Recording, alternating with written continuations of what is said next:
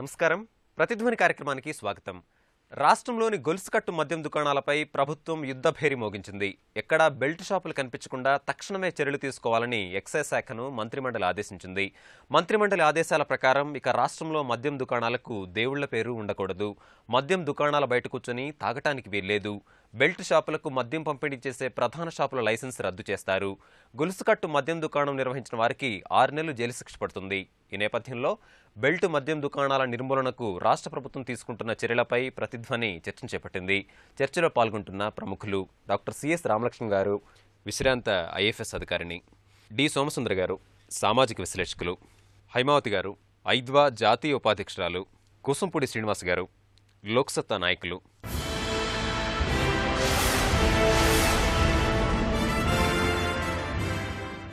రామలక్ష్మణ్ గారు, బెల్ట్ షాపుల సమస్యను కొద్ది రోజుల నుంచి మనం చూస్తూ ఉన్నాం.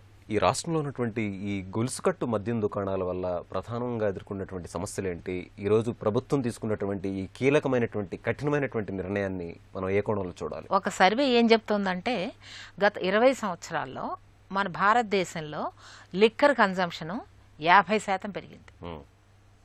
అదొక ఇంపార్టెంట్ స్టాటిస్టిక్స్ మనం దృష్టిలో పెట్టుకోవాలి. తర్వాత లిక్కర్ తాగడానికి లీగల్గా వయస్సు 21 సంవత్సరాలు మన దేశంలో. కానీ ఈరోజు సమాజంలో చూస్తుంటే అసలు ఎవరికి తెలియదు. 21 వయస్సు రాకుండా తాగకూడదనే విధానం అసలు చాలామంది పబ్లిక్కి తెలియదు. హ్యాపీగా అంతకన్నా చిన్నవాళ్ళు కూడా తాగుతున్నారు. ముఖ్యంగా యువతలో ఈ యొక్క తాగటం అనేది ఎక్కువగా పెరిగింది. అటు అంటే సిటీల్లోనే కాదు, పల్లెటూళ్ళల్లో కూడా యువతలో ఎక్కువగా తాగటం అనేది పెరిగింది. ఈ తాగే వాళ్ళ యొక్క సోషల్ ప్రొఫైల్స్ మనం చూస్తే ఎక్కువగా సమాజంలో పేదవాళ్ళు ఎక్కువ తాగుతున్నారనేది నిర్వివాదాంశమైన అంశం అన్నమాట.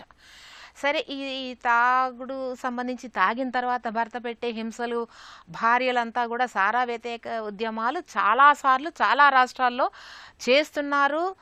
చేశారు, చేస్తున్నారు, ఇంకా చేస్తూనే ఉంటారు. అదొక నిరంతర ప్రక్రియ అనమాట. విమెన్ వరస్ట్ సఫరర్స్ దాంట్లోనే పుట్టిందే డ్వాక్రా ఉద్యమం మనకి. ఈ డ్వాక్రా ఉద్యమంలో ఈరోజు ఏ గ్రామంలో చూసినా కూడా డ్వాక్రా మహిళలు ఈ సారా బెల్ట్ షాపులకు దగ్గరికి వెళ్ళటం, వాటిని సీసాలు బదులు కొడతాం అని. కానీ ఇవన్నీ కూడా ప్రజల్ని, అంటే ముఖ్యంగా మహిళల నుంచి ఇంత అప్రోర్ వస్తున్నా కూడా ఈ బెల్ట్ షాపులు అనేది, ఇంటింటికి బెల్ట్ షాప్ అనేది వచ్చేసిందనేట్టు నిర్వివాదాంశం నిజం చెప్పాలంటే. దీనివల్ల చాలా సఫరింగ్ ఉంది. ఈరోజు ప్రభుత్వం ఏమంటుందంటే అటు డెవలప్మెంట్ అంటే అభివృద్ధి, ప్రజల యొక్క సామాజిక అభివృద్ధి రెండు కళ్ళ లాంటివి అని ప్రభుత్వం చెప్తోంది. కొన్ని రాష్ట్రాల్లో ఇది పూర్తిగా ప్రొహిబిషన్ అనేది ఇంట్రడ్యూస్ చేశారు. బీహార్ లాంటి రాష్ట్రంలో, చాలా రాష్ట్రాల్లో ఇంట్రడ్యూస్ చేశారు. మన రాష్ట్రంలో కూడా మనం చేసాము, ఫెయిల్ అయ్యాము. మళ్ళీ ఈ సైకిల్ ఎలా కంటిన్యూ అవుతుంది. ఈరోజు ముఖ్యంగా ఏమిటంటే హైవేస్ పక్కన షాప్స్ ఉండకూడదు, 200 మీటర్స్ రిస్ట్రిక్షన్ పెట్టారు. ఈరోజు జరిగే ప్రమాదాలన్నీ కూడా కేవలం డ్రంక్ అండ్ డ్రైవింగ్ వల్ల వచ్చే ప్రమాదాలు. తర్వాత జిల్లాల్లోకి వెళ్ళి గ్రామాల్లో కనుక పరిశీలించాను నేను ఈ విషయాన్ని. ఎక్కువగా నేరాలు ఎక్కువగా జరుగుతాయంటే మనకి మన సంస్కృతి సాంప్రదాయాల్లో అమ్మవారి జాతరలు అనేది ఒక ఇంపార్టెంట్ సంస్కృతి సాంప్రదాయం. పూర్వకాలం జాతరలు అంటే అందరూ కలవడం, అమ్మవారిని కొలవడం, ఒక భక్తి అది ఉండేది. ఇప్పుడు జాతర అంటే కేవలం తాగడం కోసమే జాతర అలా తయారైంది. తాగటం కోసం, లేకపోతే ఆ జంతు బలులు ఇచ్చి ఆ మాంసం తినడం కోసమే జాతరలాగా మన సొసైటీ ఆ రకంగా రూపాంతరం చెందుతోందనమాట.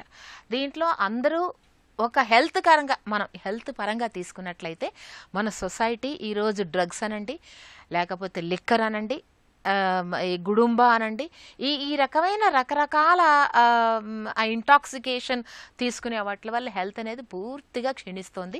హెల్త్ క్షీణించడమే కాదు, మానవ సంబంధాలు పూర్తిగా డిగ్రేడ్ అవుతున్నాయి. అన్నిట్లకన్నా ఏ రోజుకి ఆ రోజు ఈ రోజు పేపర్లో చూస్తే ఒక భర్త తాగి వచ్చి భార్యని, 2 ఆడపిల్లల్ని కిరోసిన్ పోసి తగలబెట్టాడు. లక్కీగా ఒక ఆడపిల్ల ఎస్కేప్ అయింది. కిరోసిన్ పోసి తగలబెడితే 2 చనిపోయారు. ఆడపిల్ల పరిస్థితి ఏమిటి అనేది, అంటే ఇటువంటివి ప్రతిరోజు చాలా కుటుంబాల్లో జరుగుతున్నాయి అన్నమాట. కాబట్టి ప్రభుత్వ నిర్ణయం దీని మీద కఠినమైన చర్యలు తీసుకోవాలని ప్రభుత్వ నిర్ణయం, కేబినెట్ డెసిషన్ అయింది, బాగానే ఉంది. కానీ దీంట్లో మేజర్ రోల్ చేయవలసింది పోలీసు, ఎక్సైజ్ డిపార్ట్మెంట్ ఎంతవరకు చేస్తారనేది మనం వేచి చూడాలి. సోమసుందర్ గారు, ఎక్సైజ్ శాఖ బెల్ట్ దుకాణాలపై కఠినంగా వ్యవహరించాలని మంత్రిమండలి ఆదేశించింది. ఎక్సైజ్ శాఖ ఎట్లా వ్యవహరించబోతోంది అని చెప్పి మనం అనుకోవచ్చు? ముందుగా మనం రాష్ట్ర ప్రభుత్వం మంత్రిమండలి తీసుకున్న నిర్ణయాన్ని స్వాగతించాల్సిన అవసరం ఉంది. ఇది చాలా మంచి నిర్ణయం, కాకపోతే ఆలస్యంగా తీసుకున్న నిర్ణయం. ఇది కాస్త ఇంకా ముందే తీసుకుంటే బాగుండేది. ఎందుకంటే మద్యం బాగా అలవాటు చేసేసి తర్వాత ఎన్నికల సందర్భాల్లో కూడా రాజకీయ పార్టీలన్నీ కూడా మద్యాన్ని పంచిపెట్టి జెండాలు పుచ్చుకు ఊరేగే వెనకాల తిరిగే వాళ్ళందరికీ కూడా సాయంత్రం పూట మద్యం ఇచ్చి అలవాటు చేసి అదొక సామాజిక విపత్తు కింద మారిపోయిన తర్వాత ఇప్పుడు దాన్ని నియంత్రించడం కోసం ప్రయత్నం చేస్తున్నారు. ఏమైనప్పటికీ ఆలస్యంగా అయినా నిర్ణయం మంచిది కాబట్టి మనం స్వాగతించాలి. కాకపోతే ఎక్సైజ్ శాఖ చేయాల్సిన పని ఏమిటి అంటే, ముందు చేయాల్సింది వాళ్ళు ఇప్పుడు లైసెన్స్ ఇచ్చినటువంటి దుకాణాలకి మీరు ఇంత సరుకుని లిఫ్ట్ చేయాలి ప్రతి నెల అనే లక్ష్యాలను నిర్దేశించుకోకుండా ఉంటే బాగుంటుందండి. ముందు ఆ చర్య చేయాలి, మొట్టమొదటి చేయాల్సిన పని అది. లేకపోతే ఏమవుతుందంటే, ఉత్పత్తి అయినటువంటి లిక్కర్ని ఈ లైసెన్స్డ్ షాపుల ద్వారానే అమ్మాల్సి ఉంది. కాబట్టి ఉత్పత్తి అయిపోయిన దాన్ని అంతటిని కూడా ప్రతి నెల కూడా మీరు మీ దగ్గర ఇంతంత అమ్మాలి అంటే అది అధికారికంగా ఉండదు, కాగితాల్లో ఉండదు, కానీ అమ్మాలి కాబట్టి మీరు ఇంత అమ్మండి అంటారు. అమ్మండి అన్న తర్వాత దుకాణదారులకు ఇబ్బంది ఏం లేదు. ఇప్పుడున్నటువంటి కొత్త విధానం వల్ల అమ్మిన దాంట్లో వాళ్ళకి పర్సంటేజ్ ఇస్తామని చెప్పారు. గతంలో అయితే అది కాదు. వాళ్ళు లైసెన్స్ షాపుని పాడుకుని వాళ్ళ ఆదాయాన్ని వాళ్ళు సంపాదించుకోవాలి కాబట్టి ఎక్కువ చోట్ల బెల్ట్ షాపులు పెట్టడానికి అవకాశం ఉండేది. కానీ ఇప్పుడు ఇది పరోక్ష పద్ధతిలో మళ్ళీ టార్గెట్ అనేది వచ్చే అవకాశం ఉంటుంది. కాబట్టి ఎక్సైజ్ శాఖ కానీ గవర్నమెంట్ కానీ మనం ఉత్పత్తి అయినటువంటి సరుకుని ఇంత అమ్మాలి అనే ఒక లక్ష్యాన్ని అధికారికంగా కానీ అనధికారికంగా కానీ లైసెన్స్డ్ షాపులకి పెట్టకుండా ఉండాలి. ఇది మొట్టమొదటి చేయాల్సిన పని. ఉత్పత్తి చేస్తూ దాన్ని మీరు అమ్మండి అని చెప్పి అనడం కంటే మీరు బెల్ట్ షాపులు తీసేయండి. ఇప్పుడు ఏంటంటే, ఒక షాపు లైసెన్స్డ్ షాపు ఉంటే దానికి అనుబంధంగా కనీసం ఒక గ్రామంలో, మేజర్ గ్రామం అయితే 10 వరకు ఉంటాయండి. అంచేత ఆ లెక్కన మీరు ఆంధ్రప్రదేశ్లో ఎన్ని లైసెన్స్డ్ షాపులు ఉన్నాయో చూసుకుంటే సగటున, నా ఉద్దేశం, నా పరిశీలనలో 6 తక్కువ కాకుండా ఉంటాయండి. కొన్ని చోట్ల 10 ఉంటాయి, కొన్ని చోట్ల 4 ఉంటాయి. అంచేత అధికార పార్టీ ప్రతిపక్ష పార్టీ ఇద్దరూ కూడా ఎక్సైజ్ శాఖ మీద ఒత్తిళ్లు తీసుకురాకుండా బెల్ట్ షాపులు మూయించడానికి గట్టిగా మద్దతు ఇవ్వాల్సినటువంటి అవసరం ఉంది. అలాగే కొంతమందికి అర్జెంటుగా వాళ్ళని అరెస్ట్ చేసి కోర్టుకు హాజరుపరిచి శిక్షలు వేసేటట్టుగా నిర్ణయాలు తీసుకుంటే, రాజకీయ ఒత్తిళ్లు లేకుండా ఉంటే తప్పనిసరిగా ఇది అమలు జరిగే అవకాశం ఉంది. కానీ అమలు చేసే వాళ్ళకి లేదా రాజకీయ విధాన నిర్ణయాలు తీసుకునే వాళ్ళకి అది అమలు పరచాలనే సంకల్పం, చిత్తశుద్ధి ఉంటే కనుక ఖచ్చితంగా అమలు జరుగుద్ది. హేమావతి గారు, ఈరోజు రాష్ట్రంలో బెల్ట్ షాపులు ఏ స్థాయిలో ఉన్నాయంటారు? ఎందుకని బెల్ట్ షాపులపై ప్రభుత్వం ఇలాంటి తీవ్రమైనటువంటి చర్యలు తీసుకోవాల్సినటువంటి పరిస్థితి వచ్చింది? బెల్ట్ షాపులు చాలా విస్తారంగా ఉన్నాయండి. ఇప్పుడు సార్ చెప్పారు, హెల్త్తో సంబంధం లేకుండా ఏ బిజినెస్లో మనుషులు ఎక్కువ దానికి లోన్ అవుతారో ఆ బిజినెస్ని చేయడానికి మంత్రుల దగ్గర నుంచి ఎవరు వెనకాడడం లేదు. అందుకని టార్గెట్లు పెట్టి, ఉత్పత్తి టార్గెట్, అటు ఆదాయం టార్గెట్లు పెట్టి ప్రమోషన్లు ఇస్తామని ఎక్సైజ్ శాఖ ఆ విధంగా విపరీతంగా దోచుకుంటున్నారు. దాని పర్యవసానాలు అనేవి అత్యంత క్రూరంగా ఉన్నాయని మనం చూస్తూ ఉన్నాం. గతంలో మద్య నిషేధం చట్టం వచ్చినప్పుడు ఎన్టీఆర్ గారి కాలంలో మన క్రైమ్ రేటు విపరీతంగా తగ్గిందని మనకి అనేక బ్రాంచెస్ నుంచి ఇన్ఫర్మేషన్ వచ్చింది. అట్లానే యాక్సిడెంట్స్, ఇవాళ మేము ఒంటరి మహిళ సర్వే చేసాం. ఆ సర్వేలో వెల్లడైంది ఏంటంటే, సింగిల్ ఉమెన్ ప్రతి 100కి 16 మంది మద్యం కారణంగా భర్తలను కోల్పోయిన వాళ్ళు. అట్లాగే మరొక 11 మంది వైలెన్స్, వరకట్నం, అంటే ఇందులో త్రాగుడు కూడా ఉంది. త్రాగి విపరీతంగా హింసిస్తూ ఉంటే తట్టుకోలేక విడిపోయినటువంటి వాళ్ళు. ఇట్లా దాదాపు 60% పైన రకరకాల కారణాలతో యాక్సిడెంట్స్, రోడ్ యాక్సిడెంట్స్ ఈ కారణాలతో ఉన్నాయనే తేలింది సింగిల్ ఉమెన్ కావడానికి కారణం. అందుకని చాలా పెద్ద ఎత్తున ఉంది అనే దీని లోతుల్లోకి వెళ్ళినప్పుడు మనకి కుటుంబం మీద ప్రభావం, వైలెన్స్, కుటుంబ హింస, మహిళల్ని హింసించటమే కాదు పిల్లలు కూడా అత్యంత ఇబ్బందిగా తయారైన పరిస్థితులు కూడా మనం చూసాం. నెల రోజుల క్రితం బిగిన్ అయినటువంటి సారా వ్యతిరేక ఉద్యమం, బెల్ట్ షాపులకు వ్యతిరేకంగా, అట్లాగే సుప్రీంకోర్టు తీర్పును అమలు జరపమని 500 మీటర్లు దూరాన షాపుల్ని తీసుకెళ్ళాలి అని చెప్పి, ఆ తీర్పును అమలు జరపమని చెప్పి, మొత్తం బెల్ట్ షాపులు ఎత్తివేయమని చెప్పి, మద్యాన్ని నియంత్రించమని చెప్పి పెద్ద ఉద్యమం బిగినైంది. నిర్వహించినటువంటి జాతా తర్వాత అది నిప్పులాగా, దావానలంలాగా మొత్తం అంటుకుంది. అంటుకున్న తర్వాత ప్రతిపక్ష పార్టీ వచ్చింది రంగంలోకి. వచ్చి ఆయన ఏం చెప్పాడు, కంప్లీట్ నేను నాకు అధికారం ఇస్తే, అంటే ఆడుకుంటున్నారు ప్రజలతో, నాకు అధికారం ఇస్తే నేను మొత్తం మద్యాన్ని తీసేస్తాను అని చెప్పి ఎన్టీఆర్ గారిది గుర్తు చేసుకున్నారు ఆయన. అందుకని ఇవాళ ప్రజలు అంత ఈజీగా నమ్మడానికి సిద్ధంగా లేరు. ఏమైతేనే ఈ ఒత్తిళ్ల మేరకు ఈ నెల రోజుల కాలంలో జరిగినటువంటి పరిణామాల రీత్యా ఇవాళ బెల్ట్ షాపుల రద్దుకి నిర్ణయించుకున్నారు. శ్రీనివాస్ గారు, రాష్ట్ర మంత్రిమండలి అనేక కీలకమైనటువంటి కఠినమైనటువంటి నిర్ణయాలు తీసుకుంది. ఒక రకంగా చెప్పాలంటే జైలు శిక్ష విధించండి అని చెప్పి చెప్పడంతో పాటుగా మీరు వైన్ షాపుల ముందు బహిరంగంగా మద్య సేవనం అనేటువంటిది ఉండకూడదని, దేవుళ్ళ పేరు పెట్టకూడదని, ఇలాంటి కీలకమైనటువంటి నిర్ణయాలను చూసాం. ఇవి అమల్లో ఎట్లా ఉండాలంటారు? ప్రభుత్వం వీటిపై ఇంత కఠినంగా ఉండటానికి దారితీసిన పరిస్థితులు ఏంటి? మనకు అనేక చట్టాలు ఉన్నాయి, చట్టాలకు కుదువలేదు భారతదేశంలో. కానీ చట్టాల అమలులో ఉన్న లోపాలని ఎవరైనా చేసుకుంటారు. ఇప్పుడు గుడికి బడికి కొన్ని దూరంగా ఉండాలంటే అక్కడికి ఎక్కువగా మహిళలు వస్తారు కాబట్టి మహిళలకు ఇబ్బందిగా ఉండకూడదు, పిల్లలకి ఇబ్బందిగా ఉండదని కొంచెం దూరంగానే కొన్ని కఠినమైన నిబంధనలు పెట్టారు. నిబంధనలు పెట్టినా అక్కడ గ్రామాలకి మధ్యన ఈ గ్రామం పక్కన ఊరి చివరిలోని గుడి ఉందనుకోండి, ఆ గ్రామంలో ఎంట్రన్స్లో షాపులు ఉన్నాయి. అంటే ఆ గ్రామానికి ఈ గ్రామానికి సంబంధం. అంటే ఆ చట్టం ఎంతవరకు పనిచేస్తుందంటే కొంతవరకే పనిచేస్తుంది. ముఖ్యంగా మనం చేయవలసింది ఏంటంటే మద్యాన్ని ప్రభుత్వాలు ఇప్పుడు ఆదాయ వనరుగా భావించడం ఎప్పుడైతే మానేస్తాయో అప్పుడైనా కొద్దిగా మార్పులు వస్తాయి. అదేవిధంగా మన మంత్రి గారు కూడా చెప్పారు, ఈ మధ్యకాలంలో ఇంచుమించు 700 కేసులు నమోదు చేసాం, ఒక 110 వరకు వాహనాలు సీజ్ చేసాం, బెల్ట్ షాపులు రద్దు చేయడం, బెల్ట్ షాపుల మీద అని చెప్పేసి అన్నారు. సీజ్ చేశారు, అరెస్ట్ చేశారు. బట్ వాళ్ళ మీద ఎంతవరకు కఠినమైన చర్యలు తీసుకున్నారన్నదని మెయిన్. ఒకసారి అరెస్ట్ చేయడం మళ్ళీ వదిలేయడం, దాంతో ఏమవుతుందంటే కంటిన్యూ అవుతుంది. ఈ బెల్ట్ షాపులతో పాటు ప్రతి గ్రామాల్లో ఇప్పుడు సిండికేట్ వ్యాపారాలు ఎక్కువైపోయినాయి. బెల్ట్ షాపులు లేవని మనం అనుకుంటున్నాం, కానీ ఉన్న 4 షాపులు 5 షాపులు 5 షాపులు కలిసి ఒక సిండికేట్ కింద ఏర్పాటు అయిపోయి వాళ్ళ ఎంఆర్పీ రేట్ల మీద ఎక్కువగా అమ్ముకోవడాలు. అంటే వాళ్ళని అడిగేది ఉండదు, ఒక షాప్ కావాలి ఇంకో షాప్కి వెళ్దామంటే 4 సిండికేట్ అయిపోయి ఉంటారు. దాంతో ఖచ్చితంగా ఎక్కువ రేట్లకి కొనుక్కుని మద్యం తాగవలసిన పరిస్థితి ఈరోజు ఉంది. డబ్బున్న వాళ్ళ పక్కన పెట్టండి, పేదవాళ్ళు ఏం చేస్తున్నారంటే వాళ్ళు సంపాదించిన సొమ్ములో 80% ఈ మద్యానికి అలవాటు బానిసలు అయిపోయి ఖర్చు పెట్టడం వలన ఈ రోజున గృహహింస కానీ లేకపోతే రోడ్డు ప్రమాదాలు కానీ ఏది జరిగినా కూడా ఇంచుమించు 40% కారణాలు కేవలం ఈ మద్యం వలన అని చెప్పేసి నివేదికలు అన్నీ చెప్తూనే ఉన్నాయి. అంటే కేవలం పేర్లు మార్చితే వల్ల ఇప్పుడు దేవుడి పేరు పెట్టకూడదు అని చెప్పేసి, అంటే మందు తాగలిగిన పైన దేవుడి పేరు ఏం చూస్తాడు లోపలికి వెళ్ళడం, అంటే అక్కడ పేర్లు కాదు మార్చవలసింది, విధానం వ్యవస్థలోని విధానం మారాలి. వ్యవస్థలో విధానం మారిన తర్వాత అప్పుడు ప్రజలకు ఒక అవగాహన కల్పించాలి. మద్యం వల్ల జరుగుతున్న అనర్థాలు ఏంటి మనం గతంలో చూసాం. ఈ రోజు చూస్తే షాప్ ముందు బహిరంగంగా మద్యాన్ని సేవించడం ద్వారా తీవ్ర అసౌకర్యం ఎదురవుతుంది, అనేక సమస్యలు కూడా ఉన్నాయి. మరి ఈ పరిస్థితి మారడానికి ప్రభుత్వ చర్యలు ఏ మేరకు దోహదం చేస్తాయంట? అటువంటి అంటే 21 సంవత్సరాల లోపు ఉన్న వాళ్ళకి మద్యం అమ్మకూడదు అని చెప్పేసి బోర్డు పెడతారు, కానీ ఎక్కడైనా అమలు అవుతుందా అంటే వాళ్ళకి అమ్మకాలు చూసుకుంటారు తప్ప వచ్చినోడు కస్టమర్ ఎవరైనా చూసుకోరు అక్కడ. అంటే కఠినమైన శిక్షలు ఉండాలి. ఒకసారి దొరికితే మళ్ళీ చాలా కష్టం ఆ సెక్షన్ నుంచి బయటపడాలని ఒక వ్యవస్థ ఉన్నన్నాడు భయపడతారు ఎవరైనా. అది లేకుండా కేవలం ఏదో పేర్లకు మాత్రమే చట్టాలంటే మాత్రం ఇది కంటిన్యూ అవుతూనే ఉంటుంది.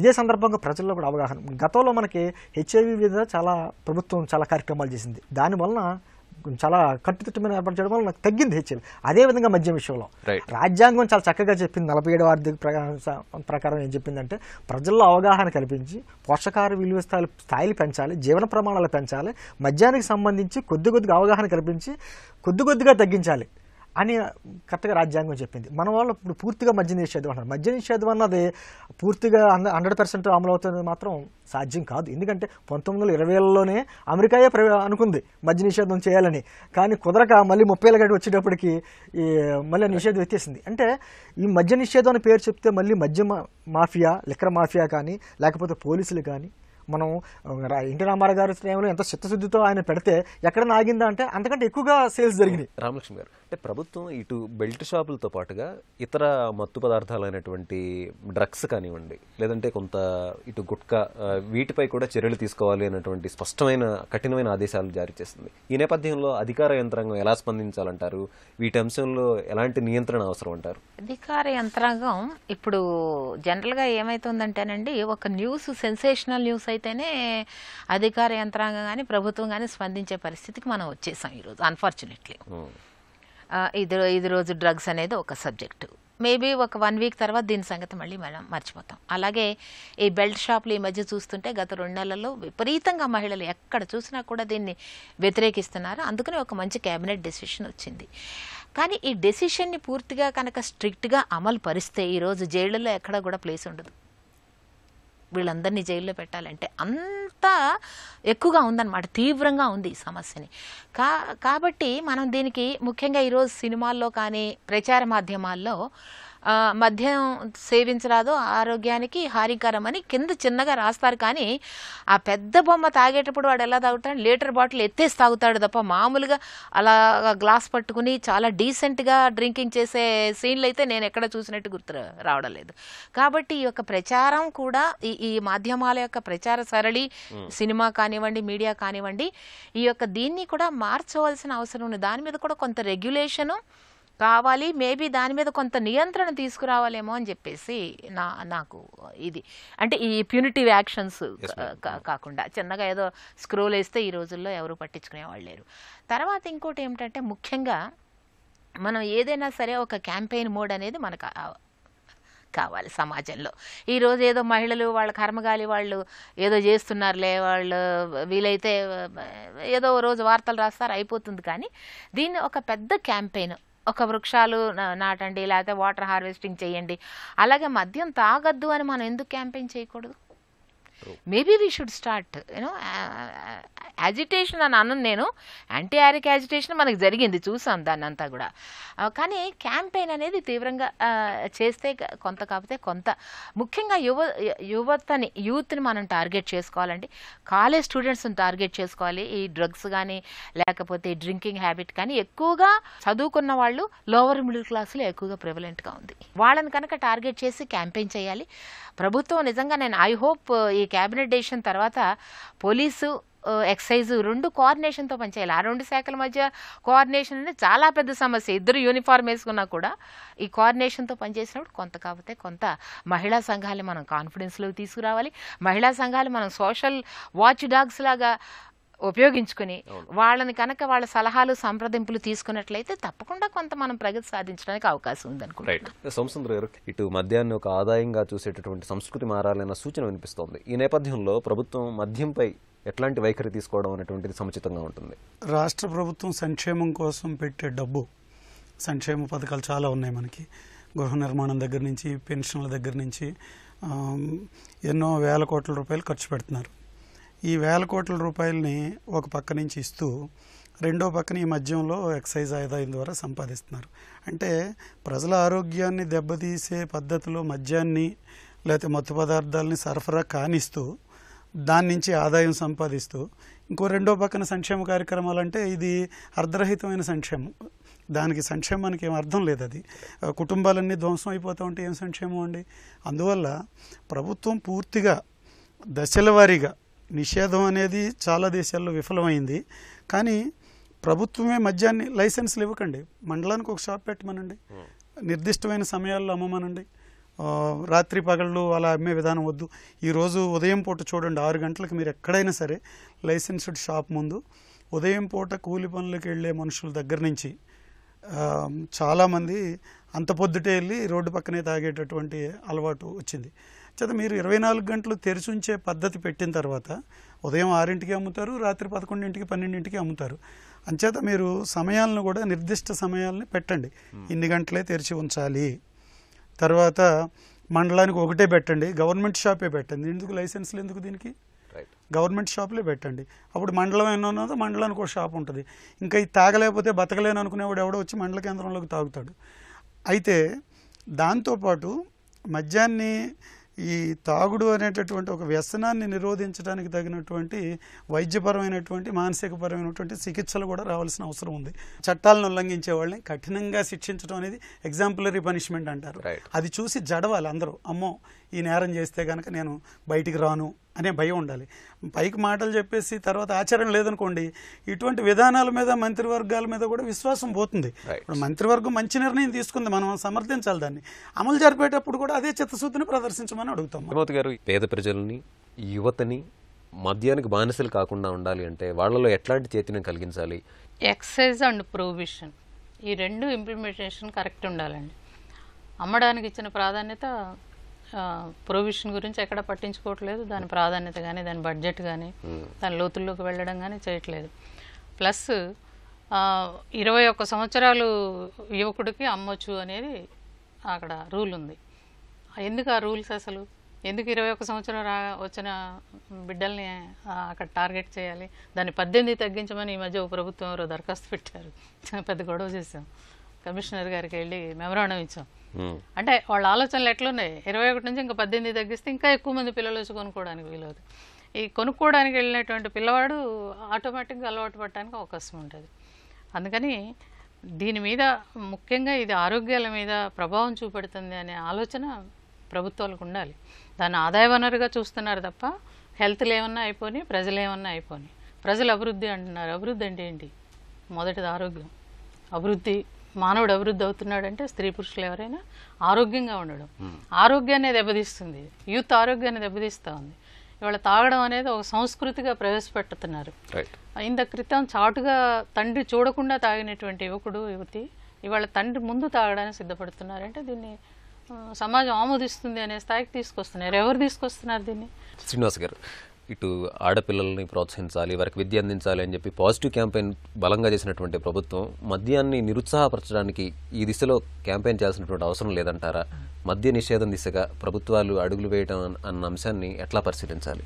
కొద్దిగా మద్యం నిషేధం చేయాల్సిన అవసరం ఎంతైనా ఉంది. అది మనం ఇందాక మాట్లాడుకున్న రాజ్యాంగంలో కూడా చెప్పింది అదే. దాంతోపాటు ఇప్పుడు మనం ఇందాక మాట్లాడుకున్నట్టు ఎక్సైజ్ డిపార్ట్మెంట్ కూడా మాట్లాడుతుంటే ఎక్సైజ్ డిపార్ట్మెంట్లో ఎన్ఫోర్స్మెంట్ డిపార్ట్మెంట్ ఉంటుంది. వాళ్ళకి సరైన ఇన్ఫ్రాస్ట్రక్చర్ ఇస్తున్నారా ఇదే ప్రభుత్వం? వాళ్ళకి సరైన వస్తువులు ఇవ్వట్లేదు, స్టాఫ్ పెంచట్లేదు. పెంచకుండా పలానా చోట బెల్ షాప్ ఉందంటే వెళ్ళి వాళ్ళకి దాడి చేయడానికి కూడా వీళ్ళ దగ్గర స్టాఫ్ ఉంటారు. అంటే ఆ వ్యవస్థలో వాటిని కూడా బలోపేతం చేయవలసిన అవసరం ఉంది. దాంతోపాటు అవినీతి, ఒకవేళ దొరికినా ఎంతో కొంత లంచం తీసుకుంటాం, వదిలేయడం.